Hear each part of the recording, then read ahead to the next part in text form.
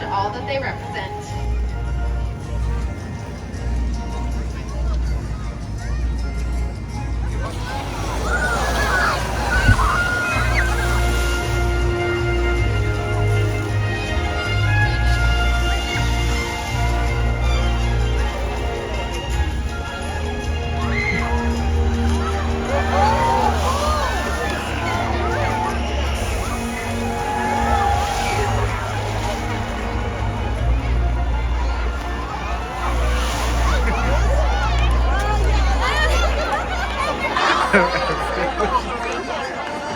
While they are found in every ocean, orcas living off the coast of Iceland are quite different than those near Costa Rica. In fact, there are at least 10 types or ecotypes of killer whales. An ecotype describes the differences between killer whale size, physical form, prey, social structure, and habitat. As you can see, the differences are subtle, but noticeable when compared side by side. Orcas are adapted perfectly to their environments. And even the whale's black and white coloration has a purpose. It camouflages the outline of their bodies in the water, making it easier for them to surprise and catch their prey.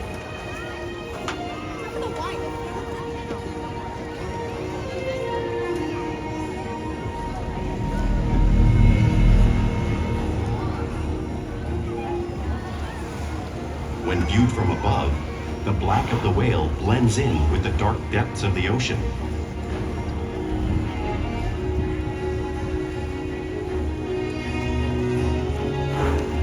When viewed from below, the orca's white bellies match the brighter surface of the water, blending with the light above, giving them the perfect camouflage.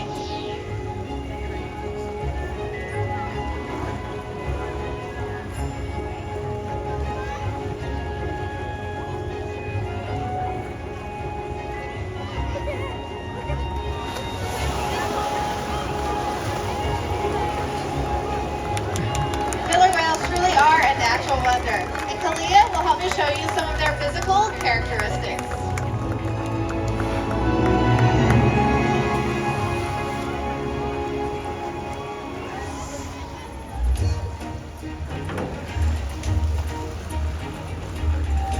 Their blowhole is perfectly designed for getting a quick breath of air at the surface of the water.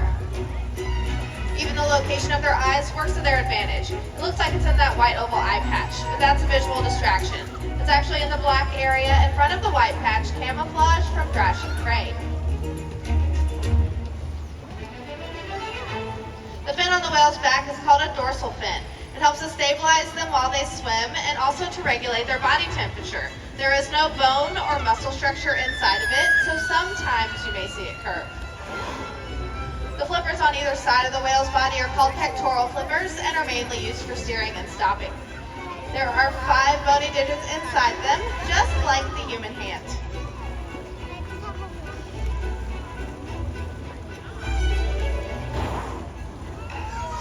The lobes on a killer whale's tail are called flukes. Tail flukes are the killer whale's engine, propelling them up to speeds of nearly 30 miles per hour. That's as fast as some of our speedboats. But they swim the fastest and use the most power when they're propelling their nearly 10,000-pound bodies all the way up and out of the water.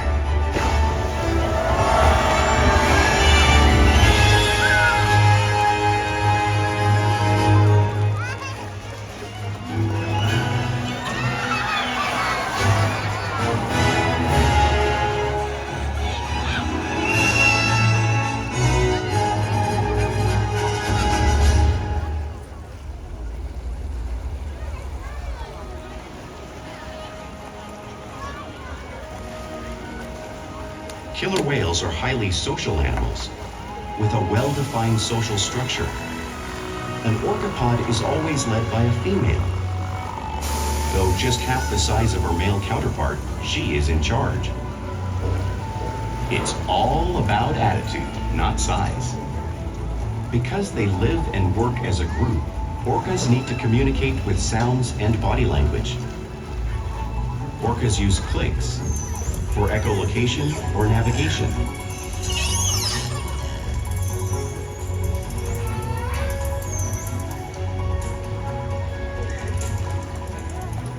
Whistles to socialize in the pod. And calls for group coordination and hunting.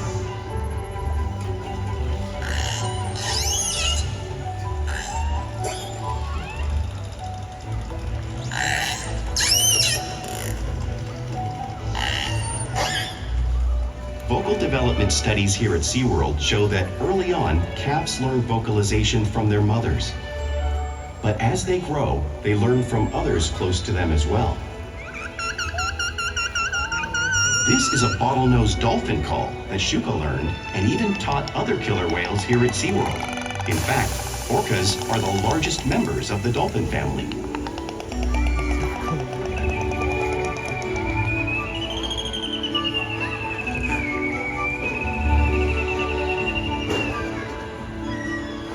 Whales here and in the wild use vocalization to communicate all the time. Like all animals, killer whales use body language as part of their communication. A pectoral slap can be used to show dominance or to get noticed. For example, a mother might use a pec slap to get her calf's attention.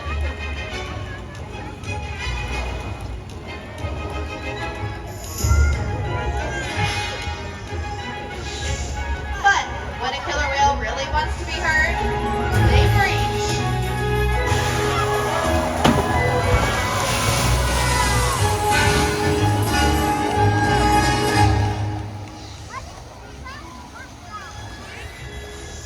Spy hopping is how killer whales get a better view of their surroundings and coordinate with each other while they hunt.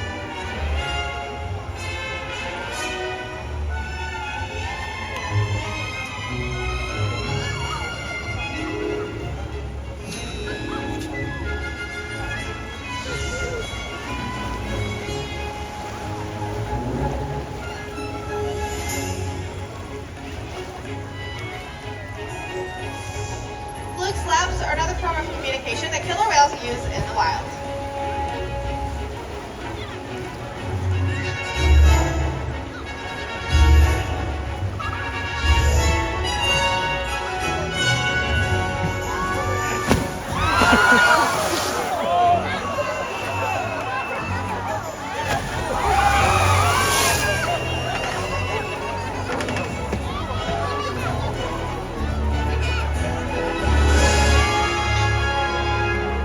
Killer whales are excellent communicators, so it's no surprise. They're at the top of the ocean's food chain.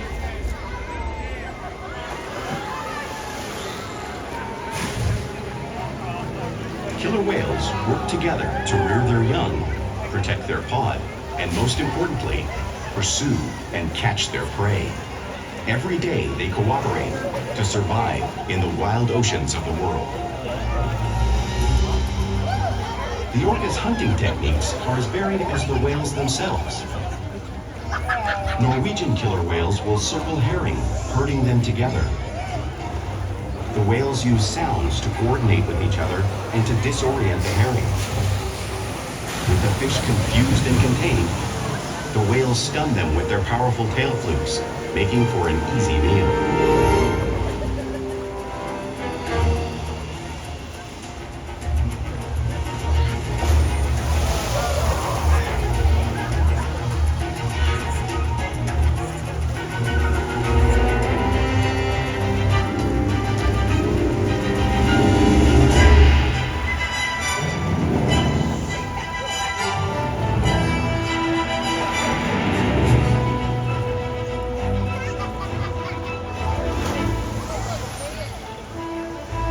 Killer whales in the southern hemisphere will capture sea lions by pulling them right off the beach.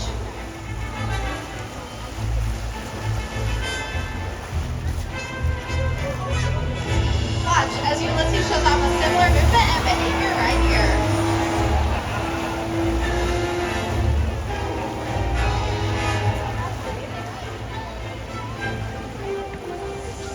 Antarctic Arctic orcas will actually create waves that wash over floating ice, knocking unsuspecting seals into the water. Watch as Keet shows off this wave-making technique right here, demonstrating one of the many complex and impressive hunting abilities that killer whales have developed around the world.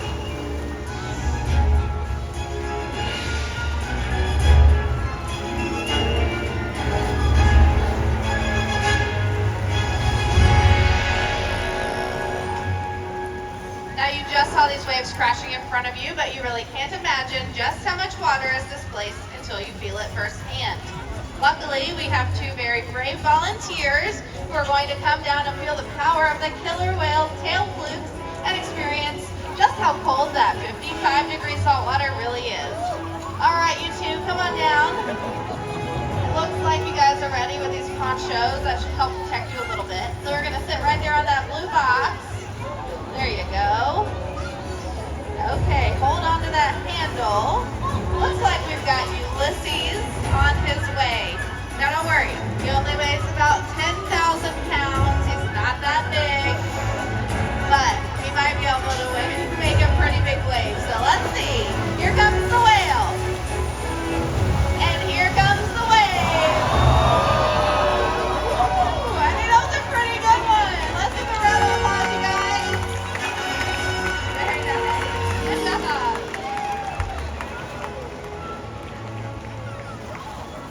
Now, because killer whales live in every ocean, it's no surprise that they eat all types of prey, including other whales. The blue whale that you see on the screen is the largest animal on Earth. It's 5 times longer and 50 times heavier than your average killer whale. So how does a whale the size of Keet or Ulises take down a whale that size in the wild? It's all possible because killer whales are the ultimate team players.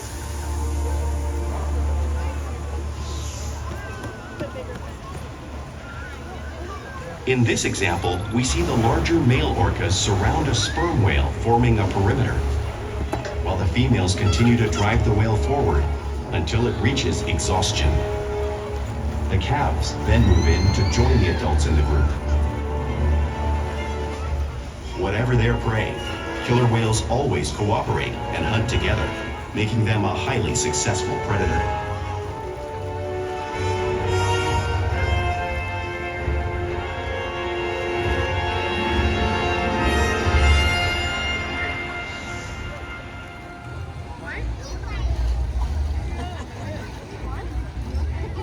Play is an important part of everyday life for killer whales.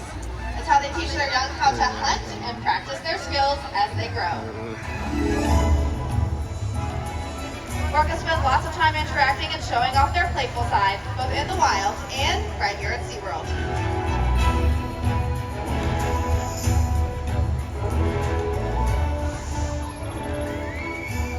Porpoising is when a killer whale swims fast at the surface, breaking out of the water just briefly.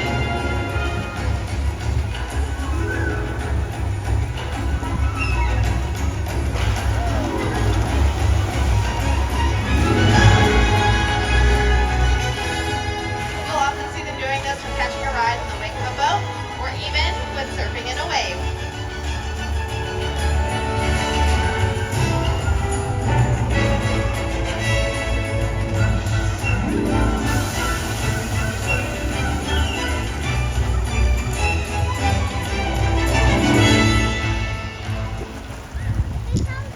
Orcas like to be touched and will often rub their bellies on rocks when they can.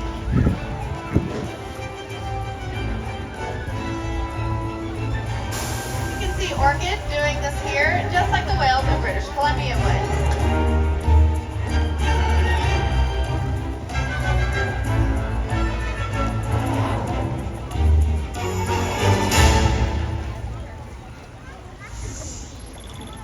You'll also see killer whales in the wild imitating each other. We see it here at SeaWorld all the time.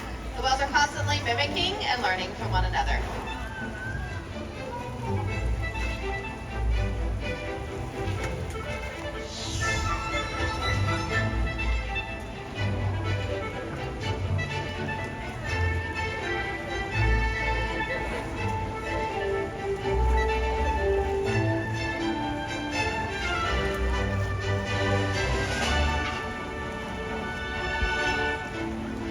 playful behavior does have a purpose, many of the behaviors you've seen here today can be used in hunting to stun fish. But right now, I think our whales might just be stunning all of you.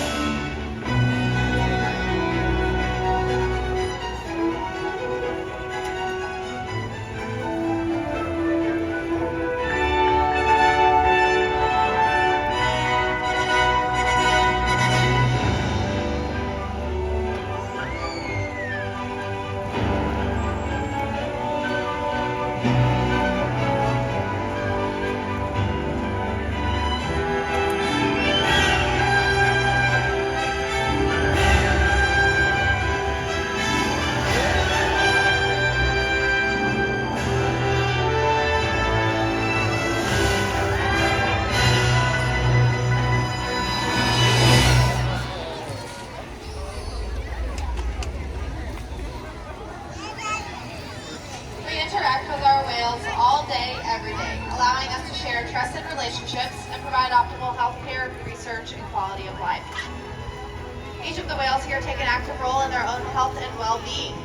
Each whale learns many husbandry behaviors, which are behaviors that can help us monitor their overall health, such as rolling over and offering a tail fluke that would allow us to take a blood sample, or by lining up for a body exam.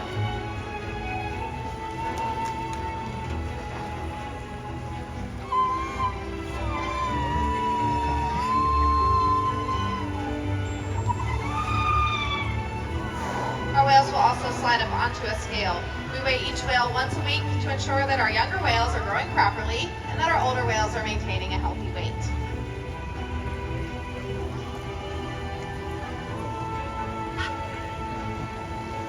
We can even take a breath sample from their blowholes. These types of behaviors are only possible because of the relationships that we've built day after day right here at SeaWorld. Right now, I'd like to take a moment to introduce you all to a very special member of our pod coming to join us here at the slide out. This is 18-year-old Kalia. Now, she is known as the matriarch of our pod. That means she is in charge. She makes the rules around here. She lives here with her brother Makani, as well as the 6 other members of our pod. She's known for her sassy personality. She's also very intelligent and playful. We encourage all of the whales here each day to learn new things, to engage and stimulate their minds. Diet, exercise, and of course play help keep these whales in great shape.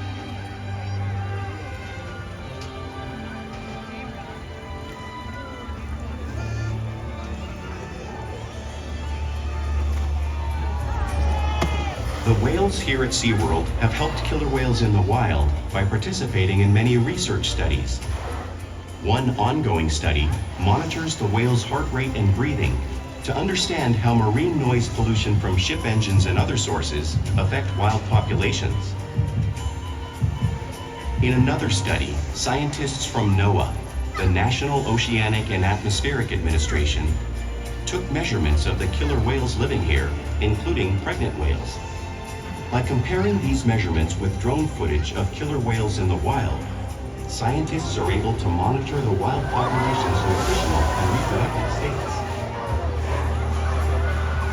Other research has been done here at SeaWorld on the mother whale's milk composition. This research will help create an effective model to understand how toxins in the ocean impact wild killer whales and their milk supply. What we learn from the whales in our care every day is actively helping whales in the wild survive. And just by being here today, you've supported our rescue, research, and conservation efforts all around the world. If we work together, like the killer whale, we can protect the future of the Orca and this beautiful planet that we all share.